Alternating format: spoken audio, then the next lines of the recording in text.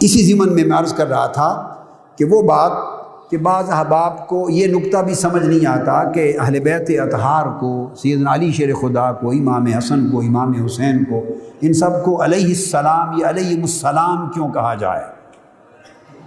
ایک بات یاد رکھ لیں، اہل سنت کی جمیع کتب، حدیث کی، شرح حدیث کی، تفسیر کی، فقہ کی، تصوف کی، تفسیر کی، ائمہ تفسیر کی، سینکڑوں کتب اٹھا کے دیکھ لیں، آج کی نہیں، میں 1200 سال کی تاریخ علم کی بات کر رہا ہوں۔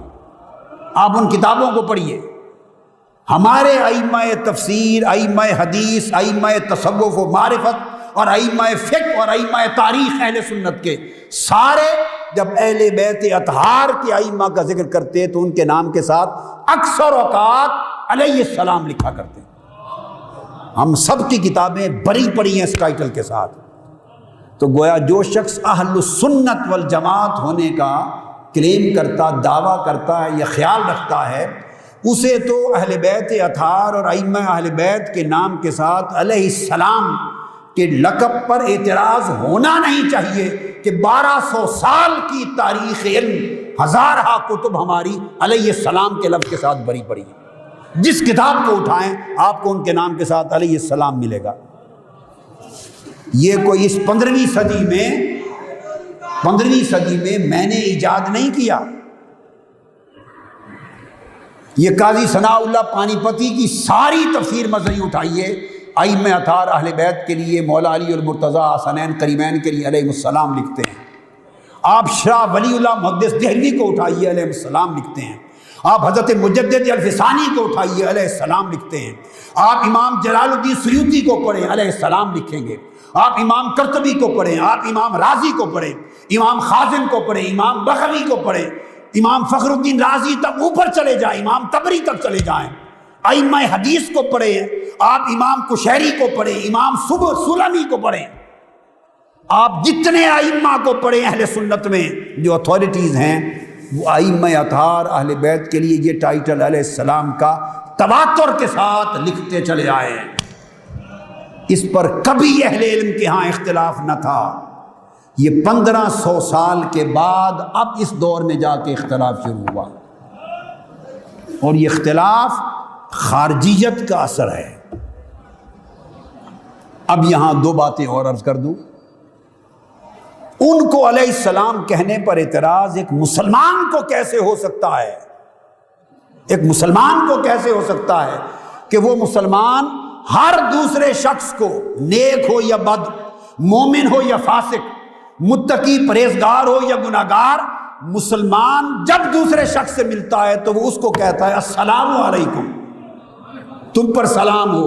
وہ جواب میں کہتا ہے علیکم السلام، تم پر سلام ہو۔ ارے تم پر سلام ہو تب بھی جائز ہے، ہم پر، مجھ پر سلام ہو تو آپ کے ہاں تب بھی جائز ہے، اور حضرت علی اور حسنین پر سلام ہو تو ناجائز ہو گیا۔ ہم ہر روز السلام علیکم وعلیکم السلام کہتے ہیں، یہ شعار اسلام ہے، اسلام کا شعار ہے۔ اور پھر شریعت کا قاعدہ کلیہ ہے کہ اگر کوئی شخص کسی غائب شخص کا آپ کو سلام کہے، غائب شخص کا کوئی سلام پہنچائے تو سنیے آپ جواب کیا دیں گے؟ آپ کہیں گے وعلیک وعلیہ السلام۔ اب وہ سیدھا علیہ السلام بھی آ گیا۔ اگر کسی شخص کا سلام پہنچایا آ کر دوسرے نے، اور وہ شخص آپ کے سامنے موجود نہیں، تو یہ کسی عالم دین سے پوچھئے، خواہ اس کا تعلق سلفی اہل حدیث مکتب فکر سے ہے، خواہ اس کا اہل سنت مکتب فکر سے ہے، دیوبندی کہلاتا ہے، بریلوی کہلاتا ہے، شیعہ کہلاتا ہے، وہ حنفی کہلاتا ہے، مالکی کہلاتا ہے، شافعی، حنبلی، جعفری، کسی عالم دین سے پوچھئے کہ غائبانہ کوئی سلام پہنچائے تو جواب کیا ہوتا ہے؟ وہ آپ کو بتائے گا متفقہ جواب ہے علیک وعلیہ السلام۔ علیک کا مطلب ہوا ہے کہ تم پر بھی سلام ہو، یہاں تک بات ختم ہو گئی۔ اگلا لفظ بتائیے کیا ہے؟ وعلیہ السلام۔ وہ جس نے کراچی سے سلام بھیجا وہ تو علیہ السلام بن گیا، وہ جس نے ملتان سے سلام بھیجا وہ تو علیہ السلام ہو گیا، ہر شخص اس کو علیہ السلام کہہ لے۔ اور وہ جو مدینے والے ہیں وہ جو خانوادہ مصطفیٰ ہے، وہ جو ذریت رسول ہے، ان کو علیہ السلام کہا تو اعتراض کہاں سے آ گیا؟ پھر ہر شخص نماز پڑھتا ہے، ہر شخص نماز پڑھتا ہے اور تشہد نہیں ہوتا اس وقت تک جب تک آپ حضور پر سلام نہ بھیج لیں۔ اب وہ کہتے ہیں بعض احباب کی سمجھ میں جو مغالطہ ہے، وہ کہتے ہیں حضور علیہ السلام کو تو علیہ السلام کہہ سکتے ہیں، انبیاء کو کہیں، مگر آئیے نماز سے پوچھیں کہ کس کس کو کہہ سکتے ہیں؟ اور ذرا نماز سے پوچھتے ہیں، یہ تو پانچوں وقت پڑھی جانے والی نماز ہے، اس کا تو کوئی انکار نہیں کر سکتا۔